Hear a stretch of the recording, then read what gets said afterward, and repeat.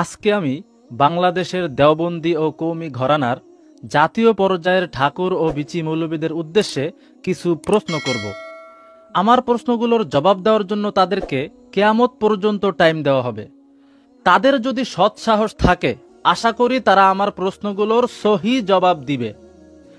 আমি যাদের উদ্দেশ্যে প্রশ্নগুলো করব তাদের মধ্যে উল্লেখযোগ্য রেজাউল করিম আবরার, ফয়জুল করিম চরমনাই, আলী হাসান উসামা, মুস্তাকুন নবী, হাসান জামিল, শামসুদ্দোহা আশরাফি, নুরুল ইসলাম অলিপুরি, মিজানুর রহমান সাইদ, মুফতি দেলোয়ার এবং মুফতি আব্দুল মালিক।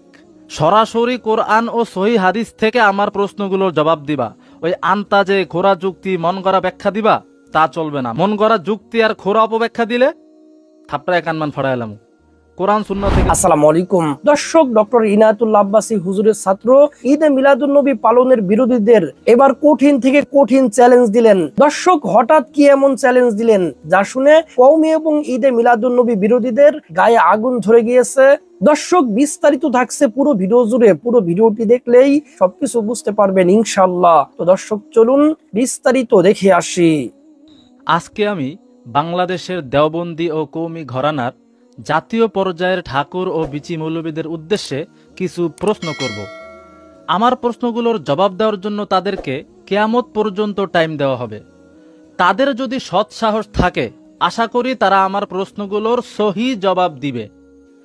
আমি যাদের উদ্দেশ্যে প্রশ্নগুলো করব তাদের মধ্যে উল্লেখযোগ্য রেজাউল করিম আবরার, ফয়জুল করিম চরমনাই, আলী হাসান উসামা, মুস্তাকুন নবী, হাসান জামিল, শামসুদ্দোহা আশরাফি, নুরুল ইসলাম অলিপুরি, মিজানুর রহমান সাইদ, মুফতি দেলোয়ার এবং মুফতি আব্দুল মালিক। উল্লেখযোগ্য এসব ঠাকুর ও বিচিদের উদ্দেশ্যে আমার প্রশ্নগুলো থাকবে। এবার আসি মূল কথায়। আপনারা জানেন এখন মাহফিলের সিজন শুরু হয়ে গেছে। সচরাচর আমাদের দেশে শীতকালে সব জায়গায় ওয়াজ মাহফিল হয়। তো আমাদের দেশের দেওবন্দি ও কওমি বিচি ও ঠাকুর মৌলবীরা কথায় কথায় বলে যে যেই আমল সাহাবিগণ করেন নাই সেটাই বেদাত, এবং যেই আমল সাহাবায়ে কেরামগণের আমলের সাথে মিলবে না সেটা ভালো আমল হলেও বেদাত, এবং প্রত্যেক বেদাতই পরিত্যাজ্য। আমার প্রথম প্রশ্ন, কওমি ঠাকুর ও বিচিরা, তোমরা যারা প্রতি বছর ওয়াজ মাহফিল করো বা বার্ষিক মাহফিল করো, এমন ওয়াজ মাহফিল তো সাহাবিগণ করেন নাই, তাহলে এটা কেন বেদাত নয়? এটাকে কেন তোমরা বেদাত বলো না? আর যদি তোমরা বলতে চাও যে এই ওয়াজ মাহফিল করে তোমরা মানুষকে দিন ইসলাম শিক্ষা দিচ্ছ, তোমরা দিন ইসলামের দাওয়াত দিচ্ছ মানুষের কাছে, তাহলে আমার প্রশ্ন, সাহাবিগণ কি দিন ইসলাম শিক্ষা দেওয়ার এই পদ্ধতি জানতেন না, বুঝতেন না, নাকি তোমরা সাহাবিগণের চেয়েও বেশি বুঝো? নাউজুবিল্লাহ। নাকি মাহফিল করলে টাকা পাইবা, তোমাদের পকেট ভারী হবে, এই ধান্দা আর লোভের কারণে প্রচলিত ওয়াজ মাহফিলকে বেদাত বলতে ভুলে যাও?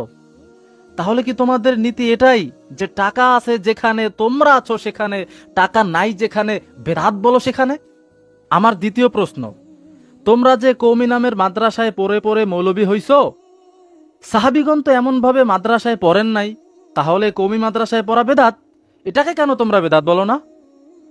আর যদি তোমরা বলতে চাও যে আলেম হওয়া বা ইলমে দিন শিখার জন্য মাদ্রাসায় পড়ো তোমরা, তাহলে আমার প্রশ্ন, সাহাবী ও তাবিনগণ কি বুঝতেন না যে মাদ্রাসায় পড়ে আলেম হতে হবে? নাকি তোমরা সাহাবী ও তাবিনগণের চেয়েও বেশি বুঝো কিভাবে আলেম হতে হবে? নাউজুবিল্লাহ। সরাসরি কোরআন ও সহি হাদিস থেকে আমার প্রশ্নগুলোর জবাব দিবা। ওই আন্তাজে খোরা যুক্তি মন গড়া ব্যাখ্যা দিবা তা চলবে না। মন গড়া যুক্তি আর খোরা অপব্যাখ্যা দিলে থাপড়ায় কানমান ফড়াইলাম। কোরআন সুন্নাহ থেকে দলিল দিতে হবে। আমার তৃতীয় প্রশ্ন, তোমরা দেওবন্দি কওমিরা প্রতি বছর খাতমে বুখারী নামে অনুষ্ঠান করো, এমন অনুষ্ঠান সাহাবিগণ করেন নাই, তাহলে এটা কেন বেদাত নয়? নাকি তোমরা বলতে চাও সাহাবিগণ বুঝতেন না যে হাদিসের কিতাবের নামে প্রতি বছর এমন অনুষ্ঠান করতে হয়? সাহাবায়ে কেরাম বুঝতেন না যে প্রতি বছর হাদিস গ্রন্থের নামে অনুষ্ঠান করতে হয়, তোমরা বুঝে গেছো, তোমরা সাহাবায়ে কেরামগণের চেয়েও বেশি বুঝো? নাউজুবিল্লাহ। আন্তাজে চাপা মারলে কিন্তু হবে না, সহি দলিল সহ উত্তর দিতে হবে। চতুর্থ প্রশ্ন, তোমরা কওমিরা যে রাস্তায় রাস্তায় এবং মানুষের কাছে গিয়ে মাদ্রাসার জন্য ভিক্ষা চাও বা চামড়া কালেকশন করো, নাউজুবিল্লাহ, এমন কাজ তো সাহাবিগণের আদর্শ বিরোধী কাজ, সুন্নাত বিরোধী কাজ। এত বড় বেদাত পালন করো তোমরা, আর এই বিদাতের বিরুদ্ধে তো জীবনেও বলো না। কথায় কথায় শুনি তোমরা বলো যে তাবাররুক হিসেবে জিলাপি খাওয়া, সিন্নি খাওয়া বেদাত, আর তোমরা যে এমন ভাবে ভিক্ষা করো সেটা জায়েজ। কি উত্তর দাও আমি আশায় থাকলাম। আমার পঞ্চম প্রশ্ন, সাহাবীগণ সিরাতুন নবী পালন করেন নাই, করতেন না, বা সিরাতুন নবী নামে মাহফিলও করতেন না, তাহলে সিরাতুন নবী পালন করা বা মাহফিল করা কেন বেদাত নয়? এটাকে কেন তোমরা বেদাত বলো না? নাকি তোমরা বলতে চাও সাহাবীগণ বুঝতেন না কিভাবে সিরাতুন নবী পালন করতে হবে, কিভাবে সিরাতুন নবী নামে মাহফিল করতে হবে এটা সাহাবায়ে কেরাম বুঝতেন না? তোমরা দেওবন্দি ঠাকুর আর বিচি মৌলবীরা সাহাবীগণের চেয়ে বেশি বুঝে গেছো যে সিরাতুন নবী নামে মাহফিল করতে হয়। এটা সাহাবায়ে কেরামের চেয়ে বেশি বুঝে গেছো তোমরা। সাহাবায়ে কেরামের পদ্ধতি এই ক্ষেত্রে তোমরা অনুসরণ করবে না? সাহাবায়ে কেরামের আমলের সাথে মিলাইবে না যে তারা কিভাবে সিরাতুন নবী পালন করতেন, সিরাতুন নবী নামে মাহফিল করতেন? সাহাবায়ে কেরাম করেন নাই, তোমরা আন্তাজে নিজের মন গড়া একটা পদ্ধতি বানায়া সিরাতুন নবী নামে মাহফিল করতেছো, সিরাতুন নবী পালন করতেছো। এটা কেন বেদাত না?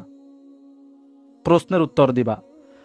আর একটা বিষয়, বিচি মৌলবীরা যখন এরকম প্রশ্নের সম্মুখীন হয় তখন মাইনকার চিপায় পড়ে গেলে পরে বেদাতের মন গড়া সংজ্ঞা তৈরি করে। বেদাতের মন গড়া সংজ্ঞা তৈরি করে বলে যে ইবাদত হিসাবে বা সওয়াবের আশায় নতুন আবিষ্কৃত ভালো আমলও বেদাত, কিন্তু ইবাদত মনে না করলে, সওয়াবের আশা না করলে নতুন আবিষ্কৃত আমল বেদাত না। তাহলে আমার প্রশ্ন, প্রচলিত ওয়াজ মাহফিল, বার্ষিক মাহফিল, মাদ্রাসায় পড়া বা পড়ানো, খাতনে বুখারী অনুষ্ঠান, সিরাতুন নবী পালন করা, এগুলা কি কোনো ইবাদতের মধ্যে পড়ে না?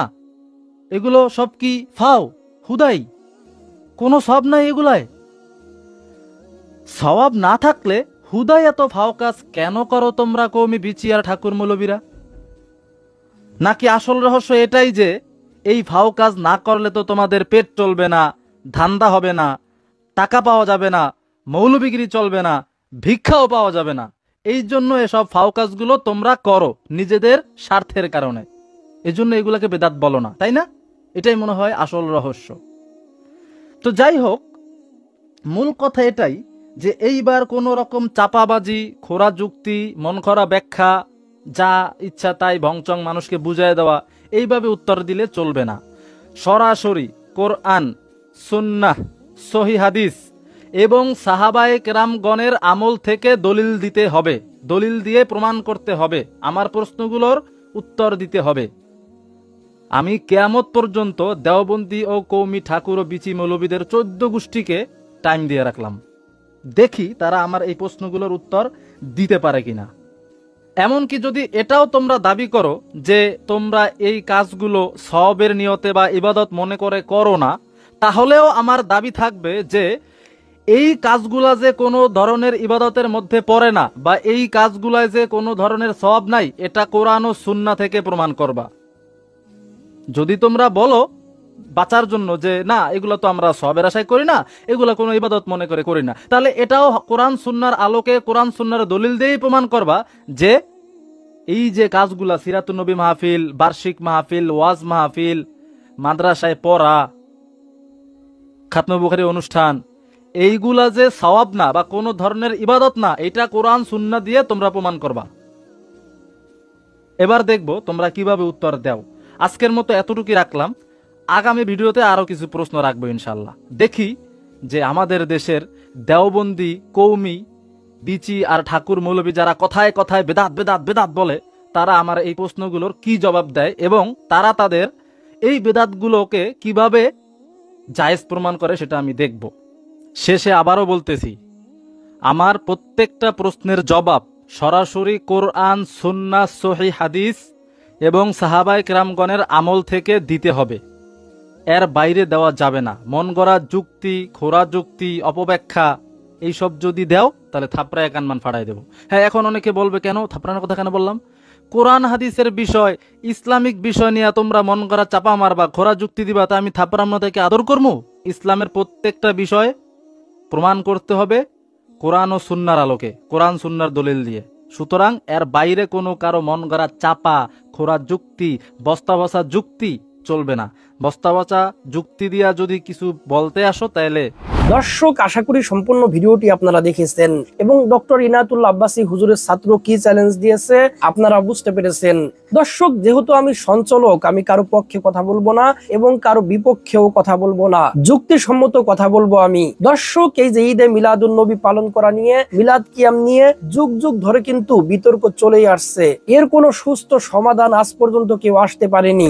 সাহাবীদের সময়, এই যে আমাদের 4 ইমামদের সময়, হাদিসের কোনো বিষয় নিয়ে যদি বিতর্ক লাগতো, ওই বিষয় নিয়ে তারা একে অপরকে সম্মান দিয়ে সেটি পাল্টা জবাব দিত। কিন্তু বর্তমানে হচ্ছে কি, একে অপরকে গালির মাধ্যমে জবাব দেয়। এরকম গালির মাধ্যমে জবাব না দিয়ে যদি কুরআন এবং হাদিস দিয়ে যুক্তি দিয়ে একে অপরকে পাল্টাও জবাব দিত, তাহলেই কিন্তু সকলেই সমাধানে চলে আসতো। আল্লাহ সুবহানাহু ওয়া তাআলা যেন আমাদের সকলকে সঠিক বুঝ দান করেন। আমিন আমিন। তো দর্শক, আজকের এই ভিডিওটি পর্যন্তই। আজকের এই ভিডিও নিয়ে আপনাদের মন্তব্য কি? আপনাদের মূল্যবান মন্তব্য অবশ্যই কমেন্ট সেকশনে জানিয়ে দিবেন।